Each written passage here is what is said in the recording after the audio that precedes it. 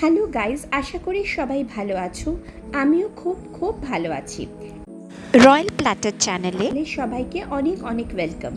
আজকে আমাদের রেসিপি হচ্ছে garlic butter toast egg cheese sandwich. স্যান্ডউইচটা বানানোর জন্য ফার্স্টে আমি একটা কাস্ট আয়রন প্যানে একটু অলিভ অয়েল দিয়ে ব্রেডগুলো ভালো করে গ্রিল করে নিচ্ছি। এই রেসিপিটা আপনারা বাড়িতে হেলদি সকালে ব্রেকফাস্ট বা ইভিনিং স্ন্যাক্সের জন্য ট্রাই করতে পারেন। আশা করি সবার খুব ভালো লাগবে। ব্রেডগুলো দুটো সাইড ভালো করে গ্রিল করার সময় একটা বোলে একটু বাটার অ্যান্ড গার্লিক নিয়ে একসাথে মেল্ট করে মিক্স করে গার্লিক বাটার বানিয়ে নেবেন। আশা করি সবার আমার ভিডিওটা ভালো লাগছে এবং এই রেসিপিটা নিশ্চয়ই সবাই ট্রাই করবেন। বাড়ির প্রিয়জনদের ছোট থেকে বড় সবাইকে খাওয়াবেন আর আমার চ্যানেলটা লাইক, সাবস্ক্রাইব অ্যান্ড শেয়ার করে দেবেন। ব্রেডগুলো গ্রিল হয়ে আসলে মেল্ট করা গার্লিক বাটার ব্রেডগুলোকে ভালো করে স্প্রেড করে দিতে হবে।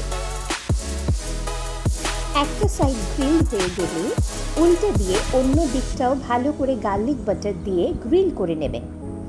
গ্রিল হয়ে গেলে ব্রেডগুলো একটা সার্ভিং প্লেটে তুলে নিয়ে বাকি বেঁচে যাওয়া গার্লিক বাটারগুলো ব্রেডগুলোতে স্প্রেড করে দেবেন। দেখতেই পাচ্ছেন আমি বাটারগুলোকে স্প্রেড করে দিলাম।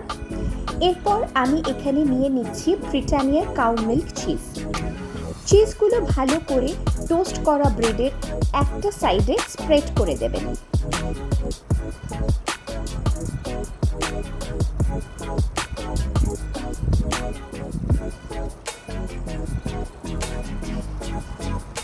চিজটা সব স্প্রেড করা হয়ে গেলে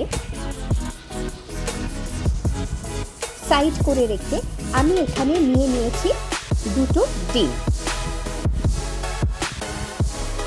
ডিমটাকে আমি আগে থেকেই বয়েল করে রেখেছিলাম, যেটা আমি স্লাইস করে চিজ স্প্রেড করা ব্রেডগুলোর ওপর দিয়ে দিলাম। তারপর পরিমাণ মতন গোলমরিচ আর পিঙ্ক সল্ট দিয়ে অল্প একটুখানি ব্রেডগুলোর ওপর ড্রিজল করে দিয়ে ফোল্ড করে দিলেই রেডি হয়ে যাবে আপনাদের চটজলদি homemade tasty mouth watering garlic butter toast egg cheese sandwich. আমার চ্যানেলটাকে নিশ্চয়ই লাইক, সাবস্ক্রাইব অ্যান্ড শেয়ার করে দেবেন। ধন্যবাদ। আবার দেখা হবে আমার নেক্সট ভিডিওতে।